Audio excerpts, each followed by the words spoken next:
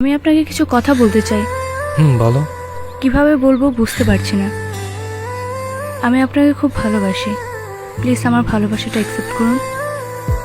আমি আসলে কাউকে ভালোবাসার জন্য একেবারেই প্রস্তুত না।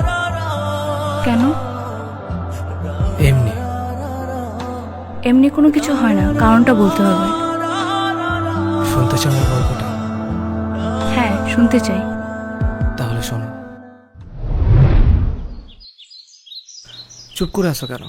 কিছু তো বলবা, অনেকক্ষণ ধরে চুপ করে আছো। আমার বিয়ে ঠিক হয়ে গেছে। মজা করো না তো। সত্যি বলছি। তাহলে বলে দাও যে এখন বিয়ে করবে না, তাহলে তো হয়ে যায়। পসিবল না, আব্বু কথা দিয়ে ফেলেছে, কিছুদিনের মধ্যেই আমার বিয়ে। কিন্তু তুমি তো কথা দিয়েছিলে যে আমরা সারা জীবন একসাথে থাকবো। আমার কত স্বপ্ন, কত আশা, এগুলোর কি হবে? দেখো, আবেগে জীবন চলে না। ঠিক বলছো। বিয়েটা কবে? 17 তারিখ।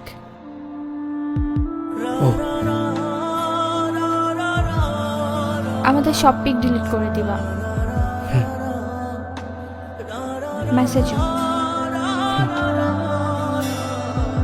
আমি যা যা দিয়েছি সব ফেলে দিবা, ঠিক আছে?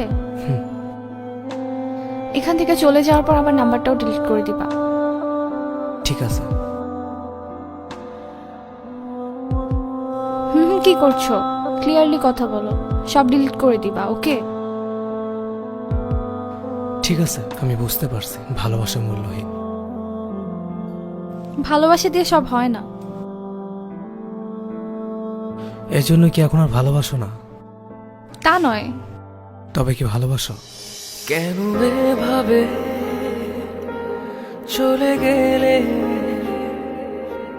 মনে পড়ে এখন তোমায়। বৃষ্টির মাঝে বসে আছি মেঘলার আকাশের ডাকে। তাকে ভালো রাখার জন্য নিজেকে কষ্ট দিতে বিন্দুমাত্র চিন্তা করতাম না। সে যেভাবে চাইতো আমি সেভাবে চলতাম, শুধু তার মুখের হাসির জন্য। তবুও সে আমার হয়ে থাকতে চাইতো না। অবশেষে সে অন্য কারো হয়ে গেল। এত স্বপ্ন, এত স্মৃতি, সবকিছু হলো। তারপর থেকে না আমি আর আগের মতো না। কাউকে ভালো লাগে না, নিজেকে আজকাল ভালো লাগে না। কারো প্রতি মায়াও জন্মায় না, ভয় হয়। আমি আর হয়তো কাউকে মন দিয়ে ভালোবাসতে পারবো না। তবে হয়তো একদিন কাউকে নিজের করে নেব এবং তাকে আগের জন্য থেকেও বেশি ভালোবাসবো। সে ভালো মানুষ হলে হয়তো বা অবশ্যই আমার ভালোবাসার মূল্য দেবে। বুঝতে পারলাম। তাহলে কি ভালোবাসা একজনের মধ্যে সীমাবদ্ধ থাকে? যদি একজনের মধ্যে সীমাবদ্ধ থাকতো তাহলে আমার দ্বিতীয়বার ভালোবাসতে পারতো না।